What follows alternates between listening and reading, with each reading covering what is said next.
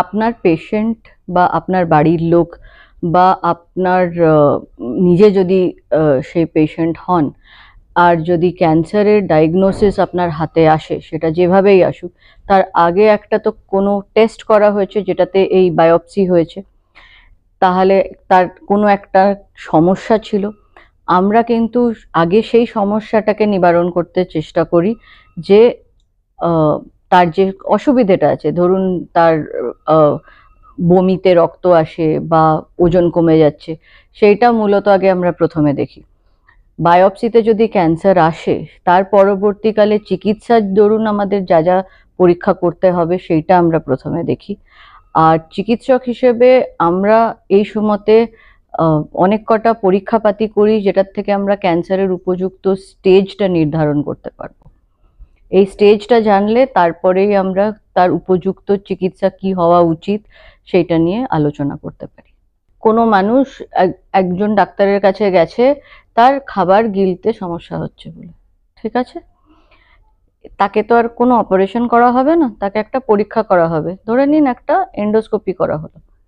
সেই এন্ডোস্কোপিতে দেখা গেল যে একটা এরিয়া, এক খাদ্যনালী বা পেটের ভিতরে একটা জায়গা ঠিক লাগছে না, সেখান থেকে একটা বায়োপসি করা হলো। বায়োপসির মানে হচ্ছে একটা ছোট টুকরো বেরোলো।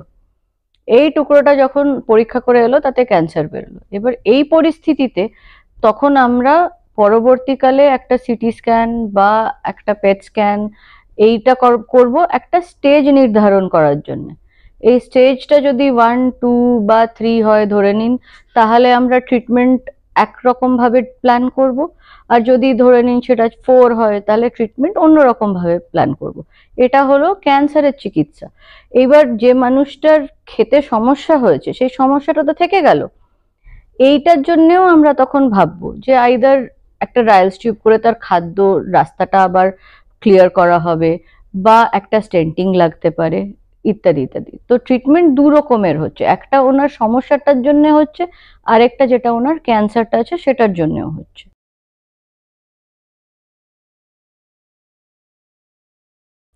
যদি কোনো মানুষের ডায়াবেটিস আছে আর তার ক্যান্সার হয়েছে, যে কোনো কারণেই হোক না কেন, যে কোনো জায়গাতেই হোক না কেন, তাকে চিনি এমনিও ডায়াবেটিসের জন্য বারণ থাকছে। কিন্তু চিনি খেলে যে তার ক্যান্সার হবে বা চিনি খেলে যে ক্যান্সার তাড়াতাড়ি প্রোগ্রেস করবে, এটা কিন্তু একবারেই সঠিক নয়। তো সেই জন্য আমরা কখনোই চিনি ডায়েট চার্টের ভিতরে বাদ দেওয়া বা আলাদা করে সেটা নিয়ে ভাবনা করে একটা মডিফাইড ডায়েট চার্ট রেকমেন্ড করা, সেটা কিন্তু আমরা করি না। এখন ক্যান্সারের চিকিৎসা আগেকার যুগের চিকিৎসার থেকে অনেক পার্থক্য হয়েছে। এখন যদি আমরা লাং বা অ্যাবডোমেনের কথাতে যদি আসি, আমি একটা অর্গান ধরে নিচ্ছি, ধরুন প্যানক্রিয়াস ক্যান্সারের কথা যদি আসা যাক। প্যানক্রিয়াস ক্যান্সার যেরকম যদি ধরা পড়ে স্টেজ 1 বা স্টেজ 2, তাতে কিন্তু মূলত সার্জারি দ্বারাই চিকিৎসা হয়। এটাতে যেরকম কোনো রেডিয়েশনের কোনো দরকার পড়ে না, কিমোথেরাপির অল্প বিস্তর রোল আছে। কিন্তু ধরুন যদি আমি লাং ক্যান্সারের কথা বলি, এটাতে যদি খুব আর্লি স্টেজ হয়, মানে স্টেজ 1 বা 2, তাহলে আমরা ডাইরেক্টলি অপারেশন বা সার্জারিটা করাটা উচিত হয়। তার থেকে যদি স্টেজ বাড়ে, তাহলে আমরা আগে কিমোথেরাপি দিই, তারপরে অপারেশন করি, বা তাতে একটু রেডিয়েশনের প্রয়োজন পড়তে পারে। রাদার আমরা এটাকে কম্বিনেশন থেরাপি বলি, মাল্টি মোডালিটি অ্যাপ্রোচ। এখন যে কোনো একটা রাস্তায় কিন্তু ক্যান্সারের চিকিৎসা আর হয় না, অনেক বিভিন্ন মেথড ইউজ করে একটা উপযুক্ত চিকিৎসার প্ল্যান বানানো হয়।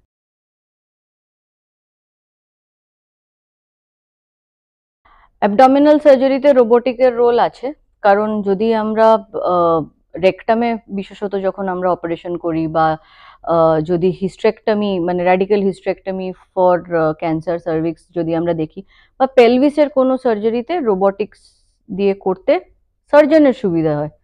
তাতে যে পেশেন্টের বিশেষ একটা পার্থক্য হবে বা স্কারের লেন্থ ছোট হয়ে যাচ্ছে বা এরকম কিন্তু ঠিক নয়। আমরা যদি ডাইরেক্টলি ল্যাপারোস্কোপি আর রোবোটিক্সের সাথে একটাকে আরেকটার সাথে কম্পেয়ার করি, আমরা দেখব as surgeon, and since I am a surgeon, তা আমার কিন্তু অনেক বেশি সুবিধা হবে অপারেট করতে রোবোটিক্সে। কিন্তু এমনিতে পেশেন্টের দিক থেকে কোনো পার্থক্য সেরকম কিন্তু নেই।